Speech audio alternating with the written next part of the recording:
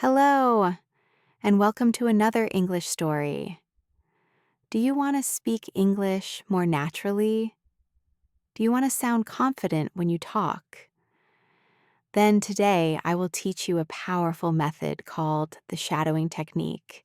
It is simple but effective. Shadowing means you listen carefully to someone speaking in English, then repeat every word immediately, trying to copy their tone, speed, and emotion. You become like their shadow, mirroring how they speak. Today's story is about distance, silence, and a letter that was never meant to be found but changed everything when it finally was. This is not just a story about the past. It's a story about how one forgotten truth can quietly rewrite an entire future. Let's begin. At 36, Mara Jensen lived in Reykjavik, Iceland, a place of wind, sea, and quiet streets. She worked as an archivist in a small historical institute preserving documents that belonged to other people's pasts. Her own past, however, was something she rarely touched. She had left her home country of New Zealand nearly 2 decades earlier and never looked back, or so she believed. Mara left New Zealand at 19 after a family conflict that never truly healed. Her father had died suddenly, and her relationship with her mother fractured under the weight of grief and unspoken blame. Words were said. Silence followed. Leaving felt easier than staying. She promised herself she would build a life defined by independence, not memory. One winter afternoon, while sorting through donated boxes of old correspondence at work, Mara noticed a familiar last name written in faded ink. Jensen. Her heart skipped. It couldn't be hers. She told herself it was coincidence. It always was. But something about the handwriting felt uncomfortably familiar. Inside the box was a single envelope addressed to her. Full name, correct spelling. The return address was from a small coastal town in New Zealand, dated 17 years ago. The letter had never been opened. Never sent, never meant to be here. Mara tried to rationalize it. Archives were strange places. Objects traveled. Mistakes happened. But her hands were shaking. She recognized the handwriting immediately. It was her mother's.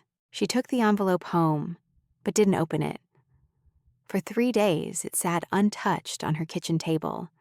Every time she passed it, memories surfaced. Arguments, slammed doors, unanswered calls. She had spent years convincing herself that silence was mutual. The letter suggested otherwise. On the 4th night, during a storm that rattled her windows, Mara finally opened it. The letter began simply, "I don't know if you'll ever read this, but I need to write it." Her mother wrote about fear, about grief, about the night Mara left, and how she stood in the doorway long after the bus disappeared. She admitted she had wanted to send the letter many times, but never did. She feared rejection more than silence. Then came the part that changed everything. Her father hadn't died of a sudden heart condition, as Mara had believed. He had been diagnosed months earlier and chose not to tell anyone, especially Mara. He wanted her to remember him strong. Her mother had carried that secret alone. Mara realized how much anger she had built on incomplete truth. She had blamed her mother for emotional distance, never knowing she was protecting her. The letter didn't erase the pain, but it gave it context. Near the end, her mother explained why the letter stayed unsent. "I realize letters don't heal if the reader isn't ready," she wrote. So she waited. And somehow the letter waited too. Mara couldn't sleep that night. Her carefully built life felt suddenly incomplete. She had believed that distance meant closure. Now she understood it had only delayed it. 2 months later, Mara boarded a plane to New Zealand. Not out of obligation, but choice. The landscape felt both familiar and foreign. She wasn't returning as the angry girl who left, but as someone ready to listen. Her childhood home smelled the same. Her mother looked older, smaller, but her eyes filled with quiet relief when she saw Mara. No dramatic words were spoken. None were needed. They talked for hours about grief, about fear, about everything they never said. Mara learned that silence had never meant absence of love, only lack of courage. Forgiveness didn't arrive all at once.